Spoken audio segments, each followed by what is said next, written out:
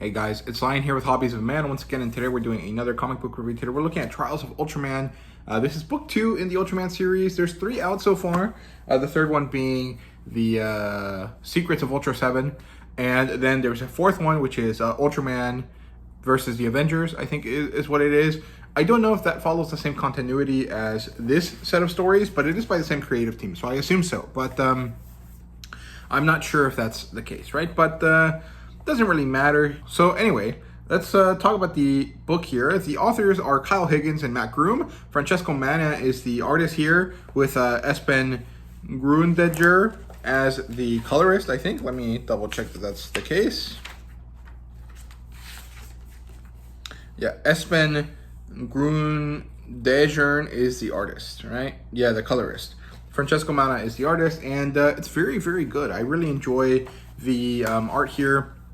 The colors are great, and Kyle Higgins and Matt Groom are, notorious for being the tokusatsu guys. So it makes sense that they would be the ones doing this. They did the first one, and it's pretty good. So this is published by Marvel, which is kind of surprising. Marvel has been doing some interesting stuff here with some tokusatsu works.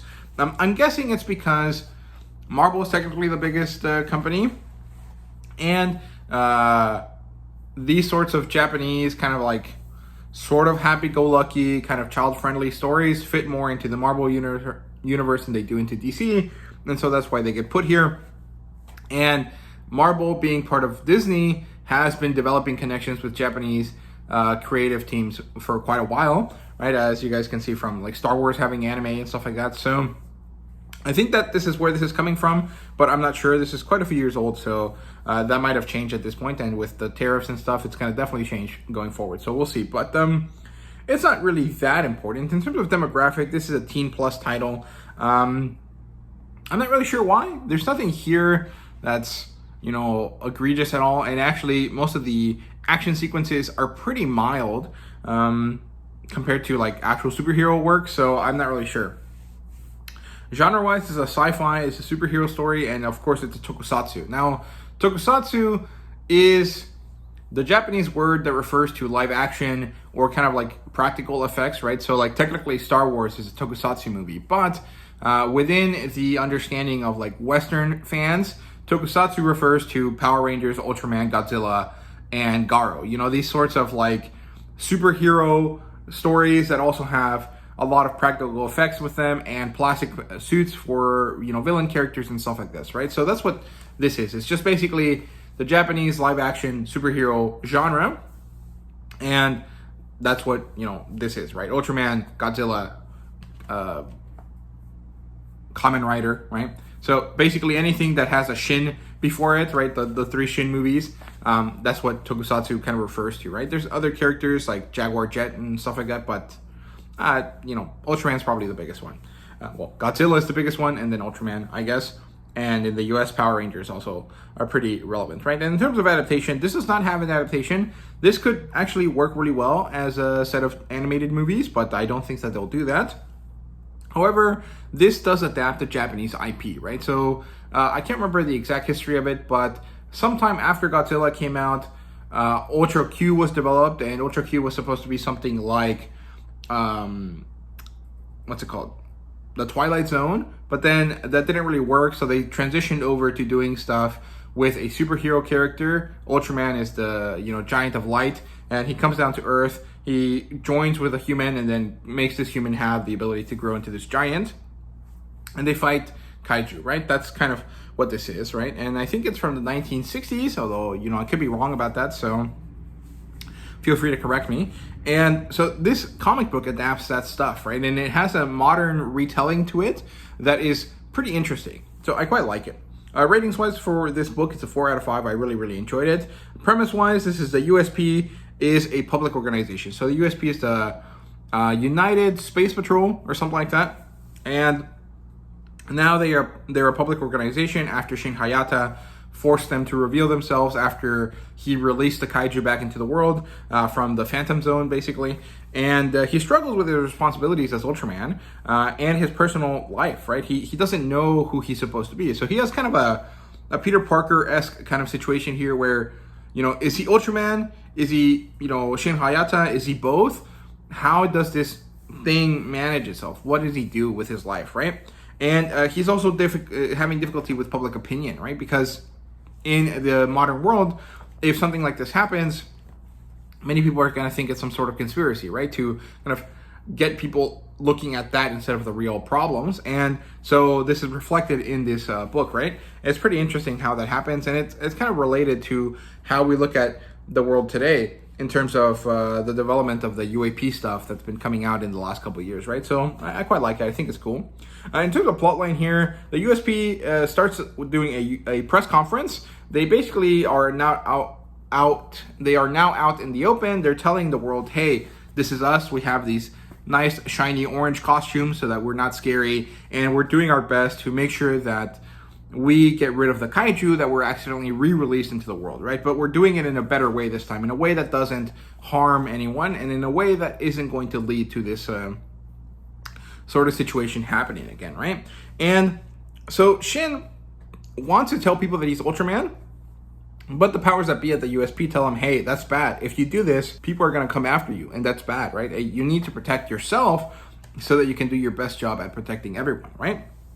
And he understands this, but he's having difficulty with it anyways, right? So Shin Hayata is a very earnest kind of guy, and this sort of lie by omission really hurts him. He doesn't really like it at all, right? But, it ultimately does make sense that he wouldn't tell people, and I think that is ultimately the best choice, right? Then there's these YouTubers / media, social media kind of people that are riling up people against governments and the USP specifically, who is basically like a science version of something like the EU or the UN or something like that, right? It's like a massive overarching organization that takes a little bit from every government and then kind of makes this sort of international thing. But they're mostly based in Japan for whatever reason, I guess because they're closest to the ocean, something like that. And they're also kind of like S.H.I.E.L.D., I guess, if that makes sense. Like the MCU S.H.I.E.L.D. This is kind of the main crux of the issue here. So as this is kind of happening, Shin goes to deal with his dad, and apparently his dad hates him because Shin's younger brother died due to Shin not really taking care of him properly in some way, and his dad blames him, even though Shin really wasn't at fault because he was also a child, right? And it was due to their father being bad at being a dad because his wife died, and he kind of lost like value in life, and he didn't really take care of his kids, right? And then, as we're kind of learning this throughout the issue, we see Dan Moriboshi reappears. Dan Moriboshi being the guy that turns into Ultra 7, and he shows up in this timeline. He disappeared in the early 1930s or 40s, I think, and suddenly kind of just appears again, and he's captured by these terrorist organizations in New Zealand, right? And so Shin and Fuji and the captain, I can't remember his name, go to a mission in New Zealand to try to get Dan Moriboshi back because he is a member of the USP, even if he's been gone for 40 years or 60 years or whatever. And as they get him, they encounter the Jiras, which are these robot kaiju that are being used to create more dislike for the government and the USP, right? And Ultraman was not able to interact so far because he can only interact when kaiju are around, right? He can only show up when it's not related to human-on-human conflict, right? And so now that the Jiras show up, he can act. Although, technically, if the Jiras are robots and they're made by humans, in order to combat other humans, is Ultraman supposed to step in?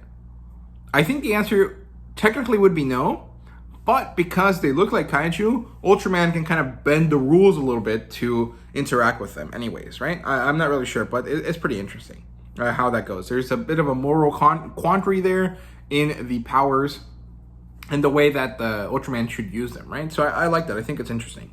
As they deal with the Jiras, they realize that this technology used in these giant robots is actually from something that was developed by someone that used to work at the USP. So they go to this guy, his name is Kato, and they go find information about the Jiras tech, and they find out that there is going to be an event in Iceland in the coming weeks due to a guy that turned into a social media personality that used to work for Kato and actually for the USP, I think, as well. And he's doing this thing in Iceland, and he's going to actually lead the people dying, even if it is accidentally, because of these desires to get against the USP and to go against Kato, right? So the team heads out to Iceland, and as they're there, they end up fighting some Jiras, and then Zambular shows up. And Zambular is kind of this, I guess he's kind of like Heatran from Pokemon. He's kind of this turtle character that shows up out of like volcanoes, because he kind of represents nature's anger at humans for kind of mistreating land and mountains and stuff, right? Something like that. And he wakes up, he ends up fighting against the Jiras and kind of sort of with Ultraman, but also against Ultraman. He kind of doesn't have a side, he just kind of fights everyone, right? And Ultraman manages to get Sambular to calm down. He tells him, hey, if we defeat the Jiras, we'll defeat the reason for your anger and you can go back to sleep. Please stop, right? And so he manages to save the day, and then at the end of the story, Dan Moriboshi shows up, and he steals the Ultra Energy from within Shin and grabs it. And this is so that he can reawaken Ultra 7, who basically lives inside him in some ways, right? And then we have a backup story here at the end where we have this character who is either an Alton or called Alton, who has a Q sword. And she's kind of in an alien planet. She's an alien, and she's fighting against things there. Against, it seems to be other kaiju. And I don't know how this ties into anything. This almost feels more like a Power Rangers plotline than an Ultraman plotline, but I'm not really sure, if that's the case. I don't know if aliens that are not kaiju are like a thing that happens to show up in Ultraman, right? But overall, this story was good. I feel like it is a bit disconnected, and the way that I described it feels a bit disjointed, and I apologize for that. But that's really how it happens. It's every issue feels like a full story, but also like only a snapshot of the larger story. I feel like these issues should have been, 10, 15, maybe 20. Like, it should have been a very long spanning series. And the fact that they keep it as these little mini series is actually not helpful to developing the story, because when you finish reading the first book, you feel like, okay, now Ultraman has to go fight a bunch of kaiju and he's going to slowly gather them around, right? And that's really not what we get. We get this other plot line where we have to deal with humans first, right? And although that is more melodramatic in some ways, that is more in line with how Marvel writes comic book stories. That is not really in line with Ultraman. I feel like there should have been more development of the kaiju, and the fact that Ultraman wants to get rid of them but not hurt them, and make that more relevant throughout the story, right? Maybe that's going to happen in Ultra 7. I'm not really sure. But all of the work that went into developing the kaiju in the first series really makes no difference here in this series. And so there's kind of issues with the linear progression of the story where, okay, you spent all this time developing the kaiju and then you don't even use them. So what was the point, right? Like, I feel like that kind of is a point that is missing from the story. And I think that is because these stories are so short. They don't have enough issues to really deal with the massive spanning reality of, like, Ultraman fighting a bunch of kaiju, right? So, I don't know. Those are my thoughts there. I don't know if you guys agree with that, but, I would assume you might do if you kind of care about this, right? In terms of characters, we get Shin Hayata again, his dad, Fuji, the captain, Muramatsu, and then Kato, Dan Moriboshi, and Professor Nikaido. So Nikaido is the bad guy. Dan Moriboshi is the second Ultraman, and Kato is this guy that used to work for the USP, but now has a massive kind of tech conglomerate, firm, right? And Shin Hayata's development here is pretty massive, because we learn why Shin is the way he is, why he has these desires to be a hero, to be a good guy, and the guilt that kind of drives him, right? And then his dad's development is not really necessary, but useful in telling us why Shin is the way he is, right? But I feel like a lot of the stuff with his dad is kind of wasted, information. Fuji is fun, but I feel like she should have been more relevant. I would like her to be much bigger in terms of the story. She had, I wish she had a bigger part, if that makes sense. In terms of world building, we learned about Kato and his robotics and mecha stuff. We learned that Dan Moriboshi is Ultra 7. Then we know that humanity doesn't really want the USP, but we don't really know too much else. We also learned that the USP is being controlled by some nebulous entity, but we don't know who this is. So this is a bigger mystery that's set up, but it's not really all that relevant because it doesn't tie into anything, right? In terms of artwork and fan service, it's awesome. There's no fan service whatsoever, but there's some pretty interesting callbacks to Ultraman history. So if you're a fan of like that sort of fan service, like fan service that relates to fans enjoying things from the past, there you go. If you're a fan of fan service in the like manga and anime kind of way, where it's like, you know, scantily clad characters, there's none of that at all. The artwork itself is really awesome, and the colors and everything are beautiful. I'll show you a little bit of what I'm talking about here because I really like it. There's some awesome splash pages here. Let's see. Here's Ultraman versus Sambular. Looks really good.